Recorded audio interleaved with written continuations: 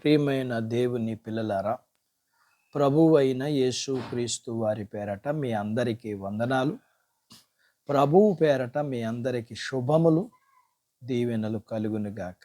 ఈ ఉదయకాలం పరిశుద్ధ గ్రంథము నుండి దేవుని వాక్యాన్ని చదువుకుందాం.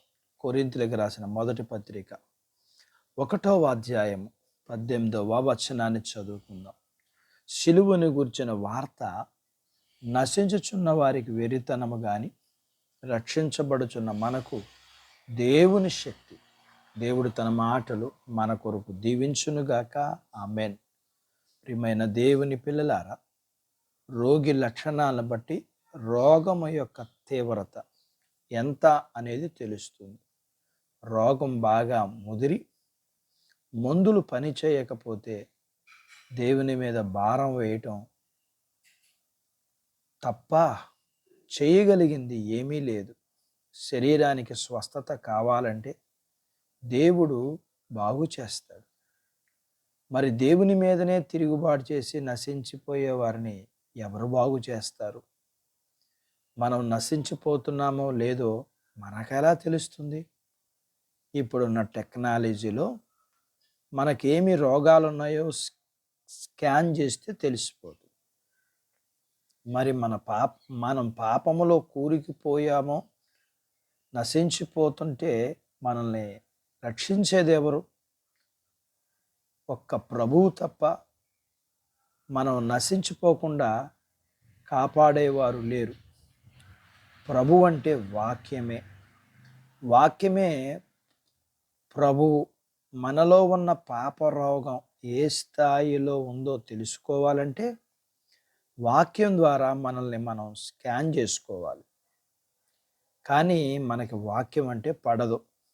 రోజంతా సెల్ ఫోన్, వాట్సాప్, ఫేస్బుక్ వాడటానికి బోరు కొట్టదు. కానీ వాక్యం చదవాలంటే బోరు కొట్టుతుంది. పాపపు రోగపు లక్షణం నశించే వారికి వాక్యం అన్నా, వాక్యం చదవడం అన్నా, ధ్యానించటం అన్న పిచ్చితనంగా, వెర్రితనంగా కనబడుతుంది.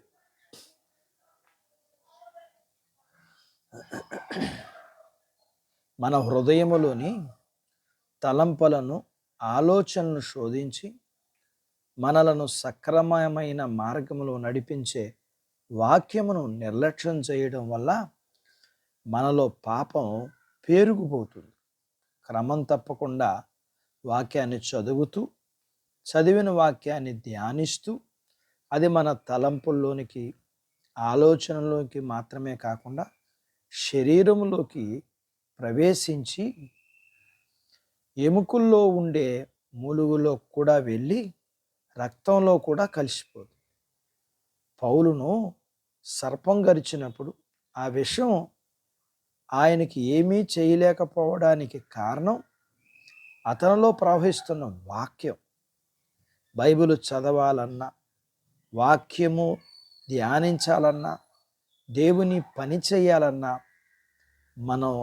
మన హృదయం ఎలా స్పందిస్తుంది అన్న దానిని బట్టి మనలో ఉన్న పాపరోగం ఏ స్థాయిలో ఉందో తెలుస్తుంది. నేటి ప్రపంచం వినోదంలో మునిగి తేలుతుంది. చేతిలో సెల్ ఫోన్ లేకపోతే చావడం మంచిది అన్నంతగా సెల్ ఫోన్ ఒక వ్యసనంగా మారిపోయింది. మనం నశించిపోకుండా రక్షింపబడాలంటే దేవుని వాక్యం చదివి దాన్ని ధ్యానించి ఆ వాక్య ప్రకారం జీవించాలి. అట్టి భాగ్యత దేవుడు మనకు దయచేయునుగాక. ఆమేన్. దేవుడు తన మాటలు మన కొరకు దీవించునుగాక. ఆమేన్. ప్రార్థించుకుందాం. నాతో పాటు ఏకీభవించండి. మమ్ములను మిక్కిలిగా ప్రేమించిన మా ప్రియ పరలోకపు తండ్రి, మీ పరిశుద్ధ నామమును బట్టి మీకు వందనాలు.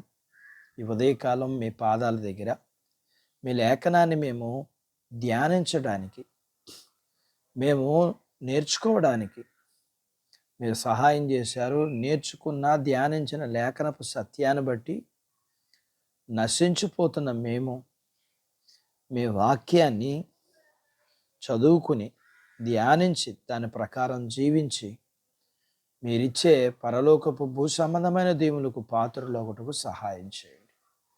మీ పిల్లలను దీవించండి. చిన్న బిడ్డలను, యవనస్తులను, వృద్ధులను, స్త్రీలను, పురుషులను దీవించండి. వారి చదువుల్లో, ఆరోగ్యాల్లో, ఉద్యోగ ప్రయత్నాల్లో విజయాలు ఇవ్వండి.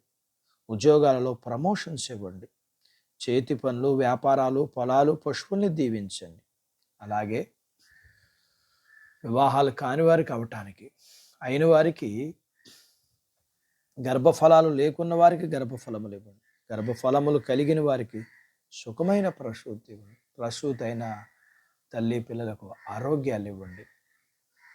మీ పిల్లల అవసరాలు, సమస్యలు, రుణాలు, బలహీనతల నుంచి విడిపించండి. మీ పిల్లలను మీరు దీవించి ఆశీర్వదించమని యేసు ప్రభు వారి పేరట స్తుతించి ప్రార్థించి అడిగినవన్నీ పొందుకొని ఉన్నాము తండ్రి. ఆమేన్. దేవుడు మిమ్మల్ని దీవించును గాక. ఆమేన్.